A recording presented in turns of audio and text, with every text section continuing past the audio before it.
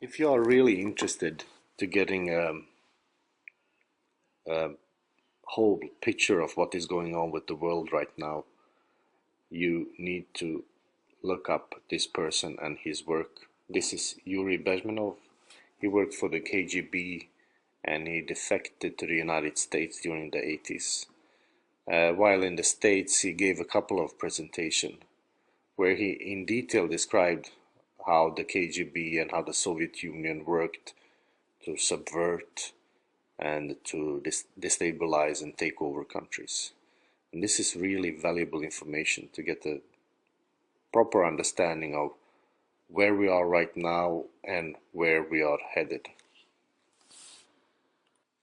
I will quickly go through this process of taking over a society or a nation. In this case, taking over almost entire planet. And this phase is divided into 5 parts. The first step is the demoralization part.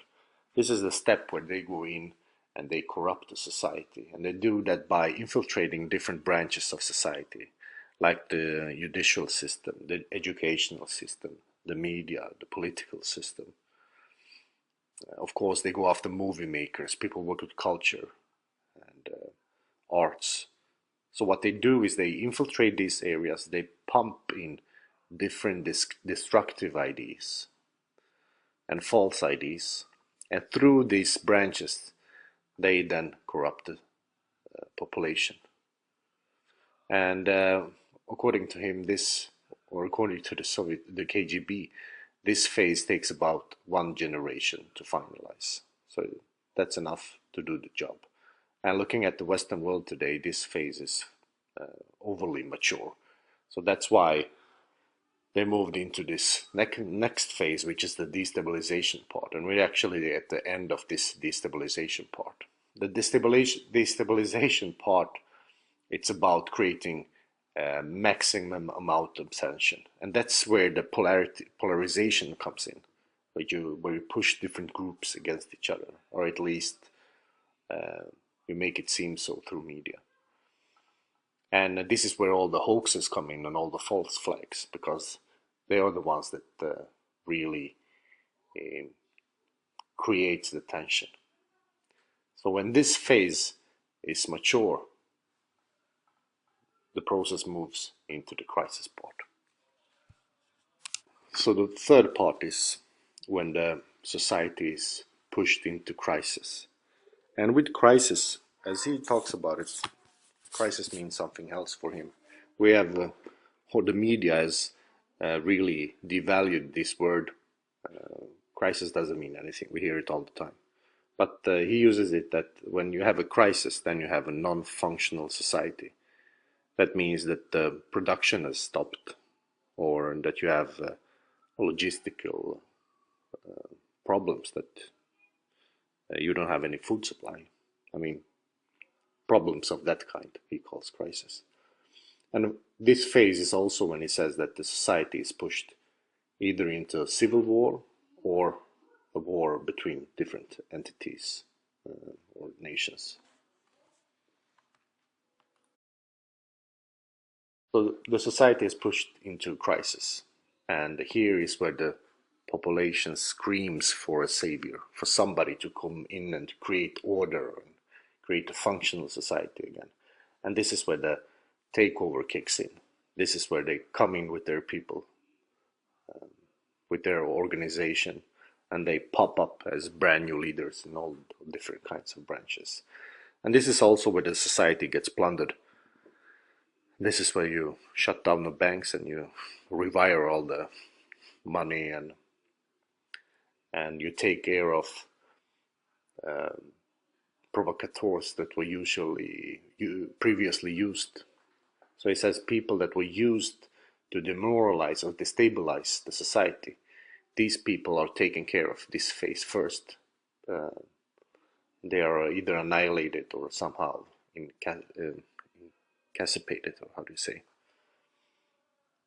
The In the fifth step is the takeover is completed, and This is phase where they call normalizations, if you can really call that normalization. But this is where you really try to create order and stability in society. I want to show you an example where whole of this process has been finalized from start to end, from phase 1 to phase 5.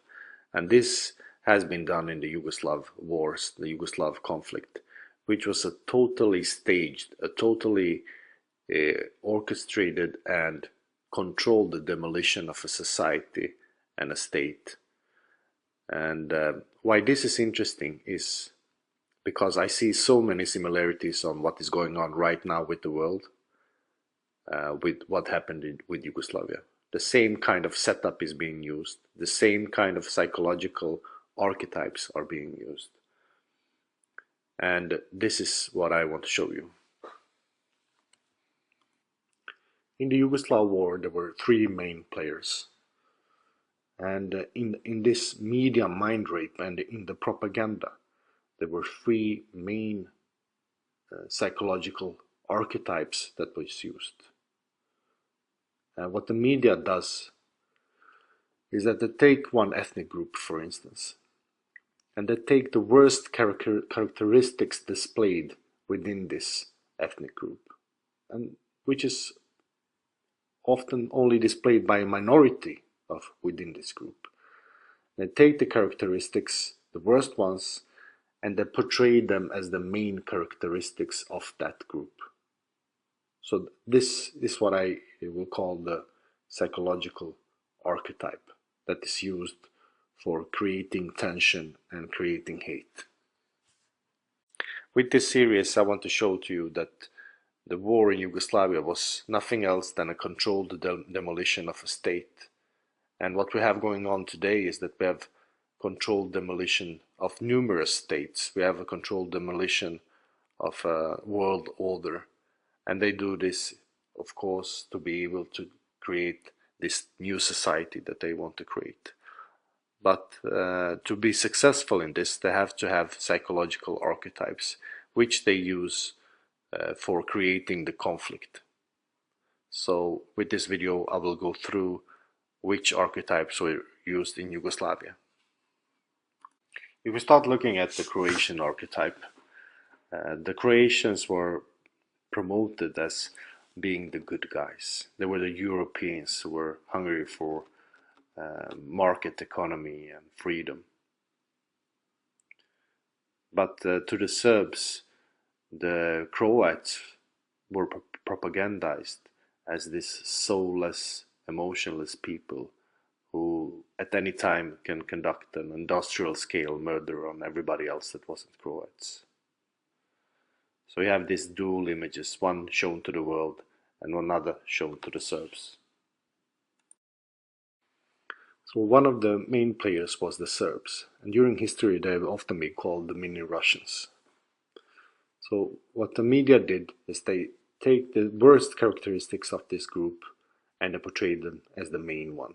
And the Serbs were described as this barbaric, aggressive people, which were extremely stubborn and extremely kind of independent. And they were disrespectful against women. They loved to drink and they were driven by these lower urges. And this is how they described it. Forgetting all about the good qualities of the Serbian people, like it didn't exist. And the world doesn't know any good quality of the Serbian people. So what they do is they only take the negative one and they focus on them, they pump them out. The whole world knows about this psychological archetype. And if you look at the symbols for the Chetniks, then you have the skull and bones symbol, of course, which is a Freemasonic symbol. And if you look at the emblem, you have the double-headed eagle. It's also a Freemasonic symbol. Also to remember is that the Serbian leadership, though, they were described as these a little bit sophisticated but gangster types, mafiosos types, who were driven by the self-interest.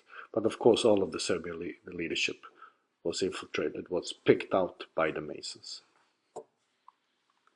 When it comes to the Muslim archetype, to the Europeans, the Muslims were portrayed as victims and the good guys. But the picture that was shown to the Serbs was that Muslims were religious fanatics, that your Muslim neighbor can at any time sneak into your house and slaughter your family. These kind of stories were rumors were spread around to scare the Serbian people. So it's the same thing here. It's all about picking out the worst characteristics of a group and displaying them as the main ones. So of course, in the Bosnian Muslim community, you had these expressions of religious fanaticism, especially in some rural parts of Bosnia. But there was a clearly minority, very few people. So even though people lived together, I mean, the Serb, Croats, and Muslims, they intermarried. They knew each other. They were, even though they knew each other, when the conflict started, when the different terror events and staged and hoax events start happening, everybody withdrew to their own ethnic group and to their own, to the nationalism, and they start to believe in these three main archetypes. But the reality was that before the media mind rape started, Yugoslavia was a secularized country. The communists had banned the religious institutions basically, and most of the people were uninterested of religion. And if you went into the city, you can see that Croat Muslims and Serbs, they look quite the same, they behave the same, they basically had the same culture. And worth mentioning is also that many of the people back then, they didn't know which ethnic group they belonged to. So before the media mind rape, they were unaware of their ethnic background. And after the media mind rape, this is what we got. We got a lot of people with their Yugoslavian identity destroyed, and they were searching out for some new identity. And of course, they fell into the trap of accepting these different archetypes. I mean, many Serbs accepted this uh, already prepared identity for them by the media. They find it a bit attractive to be the warrior, independent kind of types who are just a bit tough and independent and brute. And a lot of Croats also fell into this Nazi bullshit. So this identity creation, these archetypes, at one level they are picking out features which are already there, but in another level they are adding things to it, which after a period of time people actually accept and make it a part of it, make them a part of their identity. So there you have it, the good one, the bad one, and the ugly one. But if we look at the current affairs today, which are the three big players? So one of them are the Russians, where we have the Russian leadership as being portrayed as mafiosos, gangster types, and where the Russian men are portrayed as being vodka drinking idiots, masculine men, which are good at fighting, who are disrespectful against women and hate gays. The other archetype are the Europeans and the Americans, which are in Middle East and in Russia portrayed as overly orderly people with a nice outer facade, but which are emotionless and soulless people and very dangerous, kind of a psychopath, like the Croatian archetype. When it comes to this Western archetype, it's not just pushing it to the population in Middle East or in Russia. It's about pushing that archetype upon your own population. That archetype being the unstable people, the psychopaths, where your neighbors could be a psychopath who goes to school and guns down children. And the third archetype we have today is, of course, the IS, or this religious fanatic, and everybody's well aware what this archetype consists of. It's a polarity to the West. I'm well aware of that. I have made some simplifications when making this comparison. But the resemblance between the archetypes used in the Yugoslav conflict and now used on the global stage is quite big. One advantage of them, for them, I think, is they are using already established figures in our consciousness, and it for them it amplifies the propaganda. Nobody needs to learn anything. They want to make this accessible to the least talented people in the population. So they know they were successful in Yugoslavia to invoke hate, to invoke fear with these archetypes. So what they do is they basically reuse them. They furnish them a bit, but they reuse them again.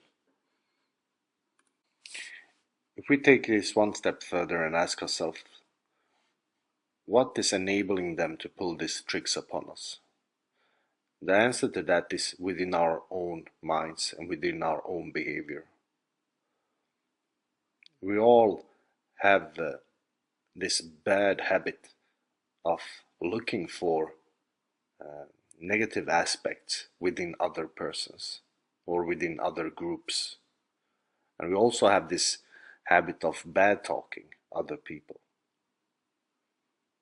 If it weren't for these two mechanisms, no disagreements would be able to be escalated into a conflict.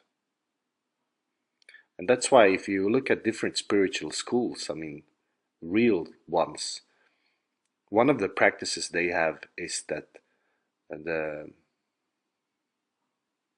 the followers of that school are being trained into finding positive aspects and beautiful things within everything.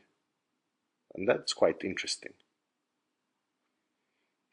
Because what we are being trained by the media and what we have inside of us, the mechanic behavior, it's a gravity towards seeing only the negative aspects, not seeing the reality, because in reality, all human beings have so-called negative and positive aspects. So this is really what I want to get across to you, and this is really what I wish for myself, to become conscious of my own thoughts, my own mechanical behavior. And this is what I wish for everybody else. In this part, I will go through the destabilization part and the crisis part of the Yugoslav conflict. In the background here, you see the Serbian president and the Croatian president during the war. And if you look close at the pictures, you will see that there is no animosity at all between these two leaders. And actually, we think that they were at war, but these two are actually business partners. They had commonly owned banks, both in Paris and London. But this I will show to you later. What I want to go through first before I start is that I want to state that the Yugoslav conflict was a controlled demolition. It was an organized, controlled destruction of a state in order to create a new society.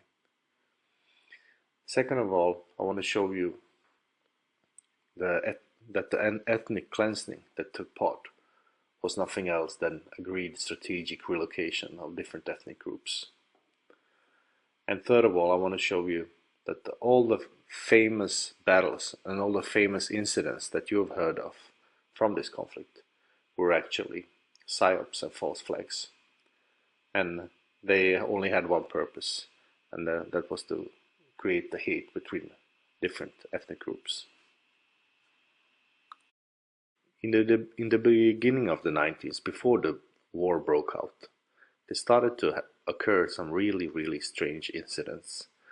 And one of those was, for instance, this Serbian wedding where a Muslim gunman showed up and started shooting down people without any reason at all. And back then people didn't understand this, but if you're aware of the whole of the hoaxes today happening in the West, you understand the purpose of this. So they were starting to build up this tension. So they entered into this destabilization phase. So after a few of those incidents, the war broke out. I mean, many things happened in between. But this story is the one that really got the world's attention. And the story was that the Serbs were setting up concentration camps and start killing off people in mass scale.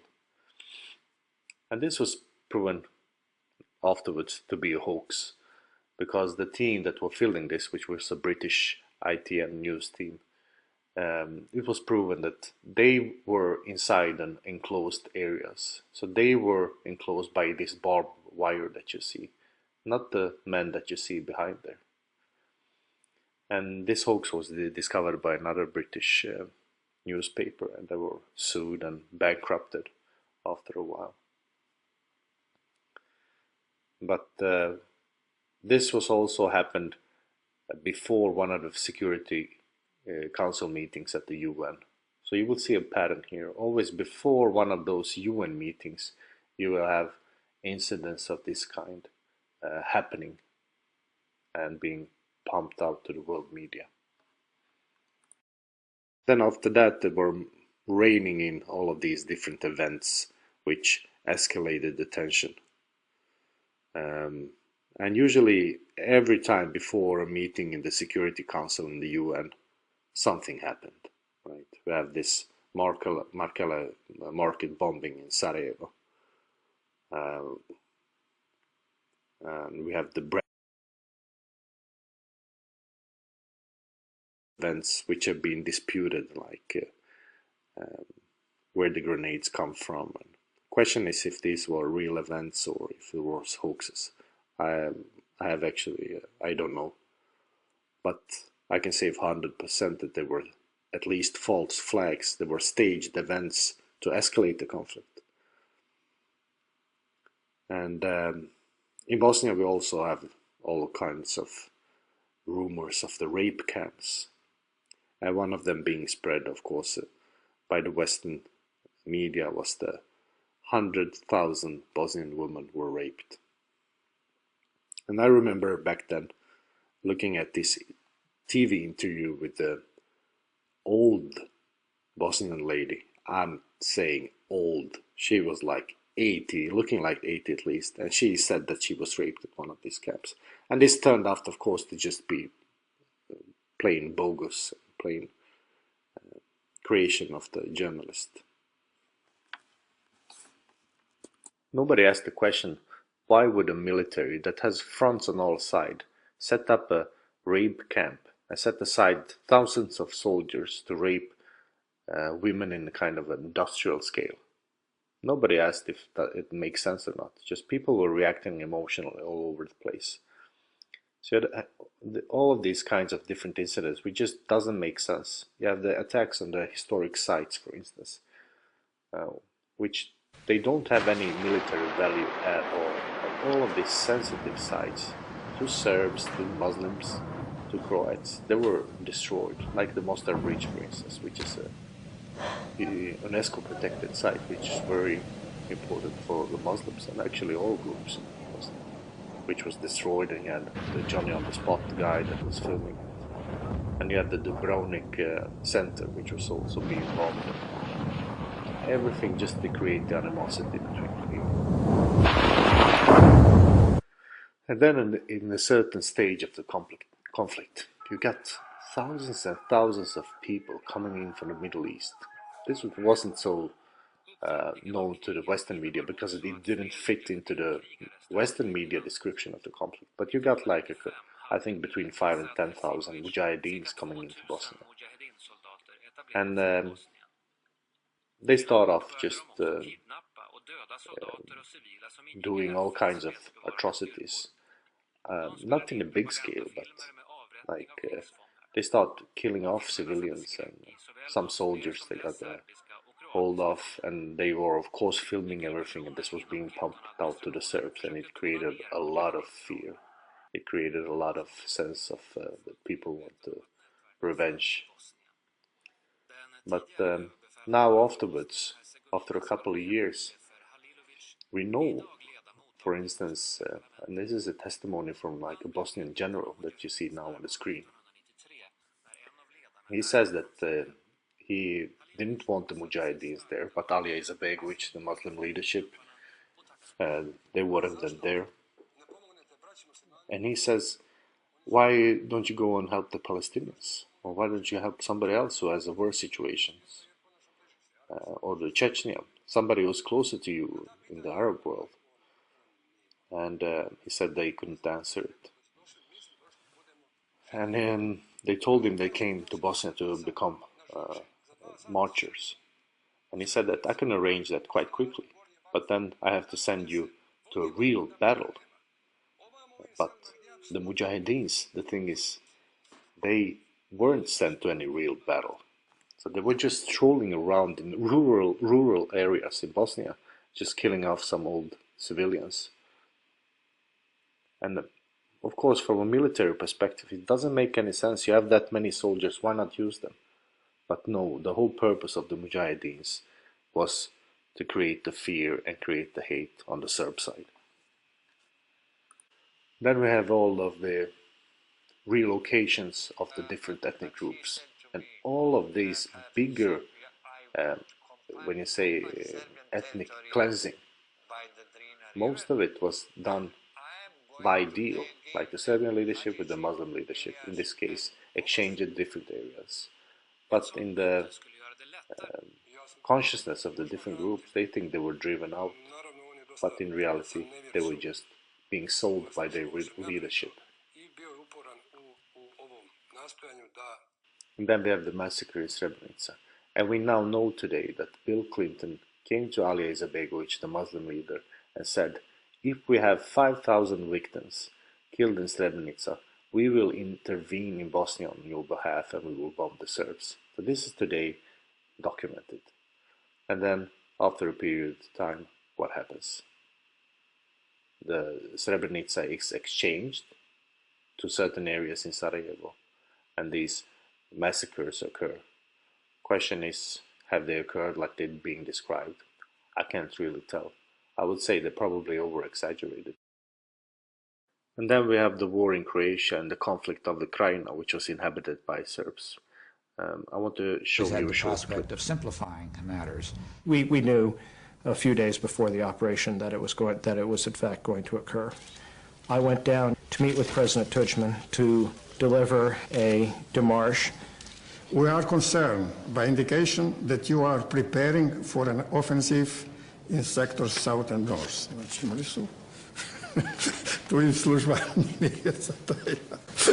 So here we have a perfect example that these people are just playing a game, and this is why he laughs so hilariously here.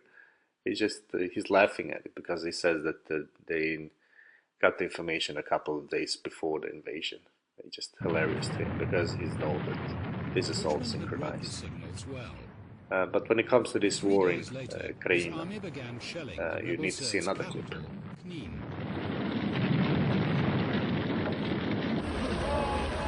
The Croats had a huge advantage in men and armour. They rolled in with ease. The Serb soldiers had already fled.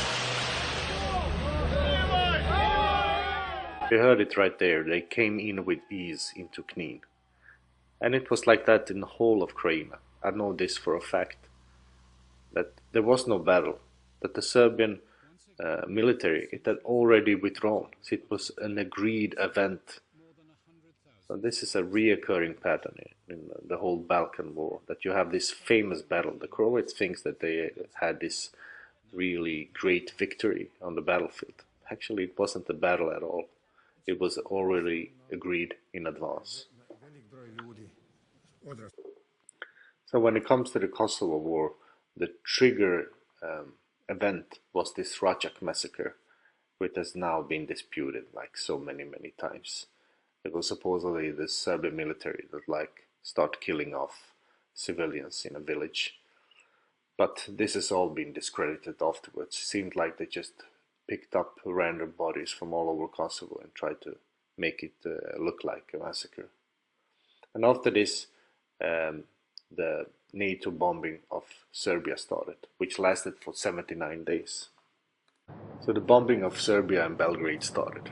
And the interesting thing is that almost all of the buildings that were hit in Belgrade, they were evacuated before they were bombed. And how come? The explanation now, even from NATO, is that the Serbs have somehow, with their spies, infiltrated NATO headquarters and they found out which targets they were going to hit. But this is, of course, total bullshit. All of these targets were pre-planned. They were already agreed. And the only building where there was some casualties was the RTS, the Serbian television. And afterwards, the manager for RTS have been sued because he had the knowledge that they were going to hit that building and they didn't evacuate it. So the only guy that has been sued for that, for what happened there, is actually a manager at the RTS because he didn't evacuate the people. And that tells you all. And here's the final example, the NATO bombing of Serb forces in Kosovo. Between 5 and 10,000 Serb military casualties. But NATO peacekeepers, observing and counting the Serb forces withdrawing from Kosovo, spotted a disturbing trend. Light infantry, artillery, and armored units, which made up the vast majority of Serb forces, had been virtually immune to NATO attacks. The forces they put in came out in the same number, and they looked as though they hadn't been beat up on for 78 days. They hadn't been damaged. NATO observers reported that Serb forces appeared to be orderly and in good spirits, with nearly all of their vehicles, equipment, and personnel intact. Since then, NATO has dramatically scaled back its estimate of the damage done to Serb forces. After 78 days and 11,000 strike missions, in which 20,000 bombs and missiles were delivered, NATO may have destroyed or damaged fewer than 20 Serb tanks, along with a few dozen artillery pieces and armored personnel carriers. Here's another example that people cannot just grasp what's going on. They're into this already prepared world for them. And they can't see reality, even though it's right in front of them. In this part, I will go through the last phases of this conflict. It's the takeover and the normalization phase. So the key to bringing down this country was to get the nationalistic spirit going. And in order to do that, they had to place out different leaders for all the different republics and get the animosity going. And in Serbia, we had Slobodan Milosevic, who is a banker who worked in New York, Manhattan for many years. And on the Croatian side, we have Franjo Tudjman. And if you looked at the TV and read the newspapers, you thought that these guys really hated each other. They were at war, sending armies at each other to commit atrocities and so on. But if you look at some of the pictures when these two men met, you can see that something else is going on here. And especially in this picture, you can see, look at that smile. Like, he is in the know. They are in the know. They know something that everybody else doesn't know. And what can that be? Now, after 30-something years, many things have come to light about the war.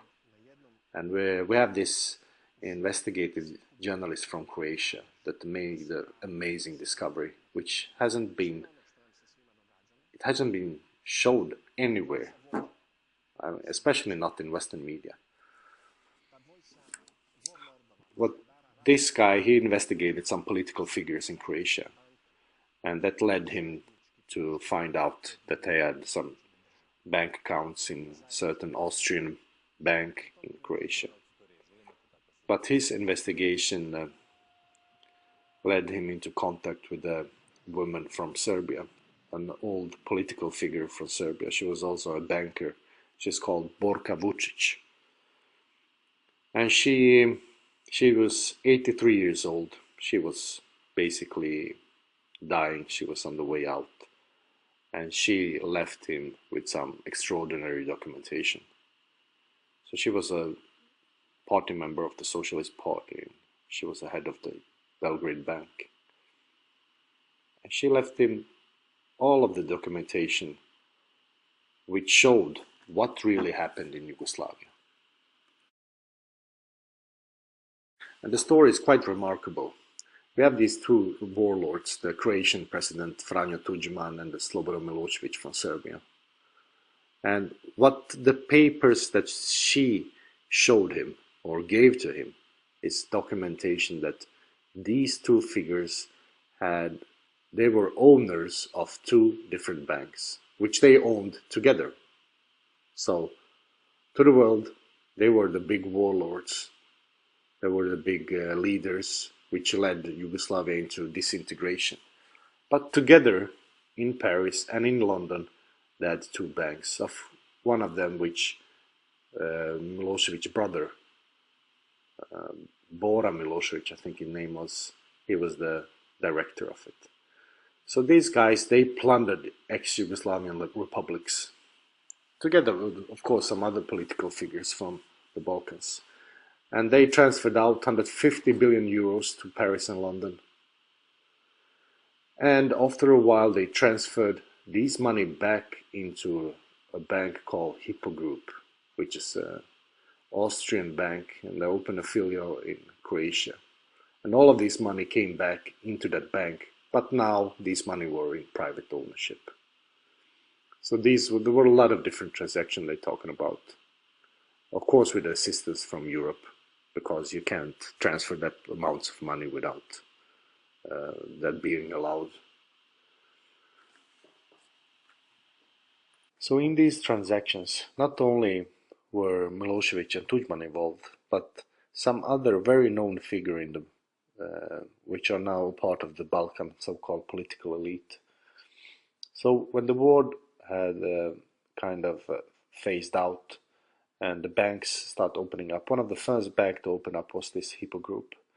And this bank was capitalized by the money that had been plundered and taken out, and now it was capitalized, and the privatization process started. So with this plundered money, they stopped buying up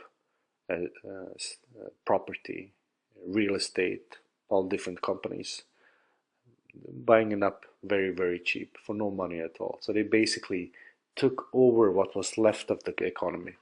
The economy was much and large being destroyed, but that which was left of any worth, they were buying it back. And also what they created was this kind of a corruption engine, is that to many of the low political figures, they didn't give any money, but they gave them credit. So low profile political figure in Bosnia, if he had a plot of land in the middle of nowhere, he can take out the credit for 20 million euros.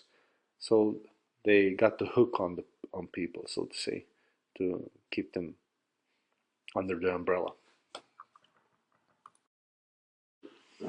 So this Croatian journalist, Domagoj Margetić, he's also proven now that all of the current political figures in the republics in Balkans, the ex-Yugoslav republics, they have accounts and credits from this Hypo Group bank.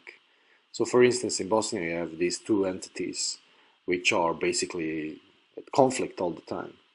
And these two leaders, Milorad Dodik, the Serb leader, and Bakir Izetbegović, the Muslim leader, which are nationalist leaders, right?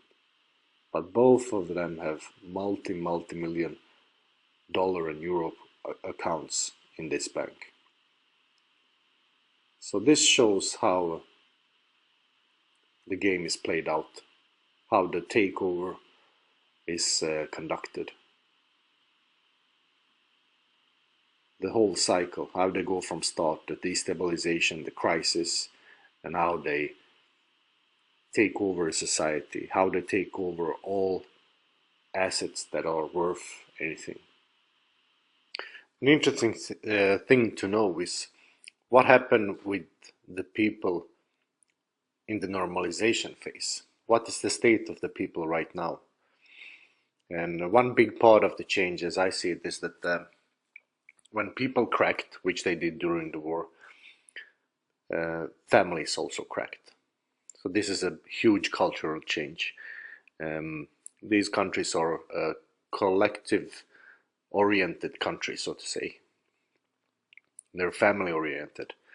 But now this is cracking up because the state of consciousness has changed so much in people.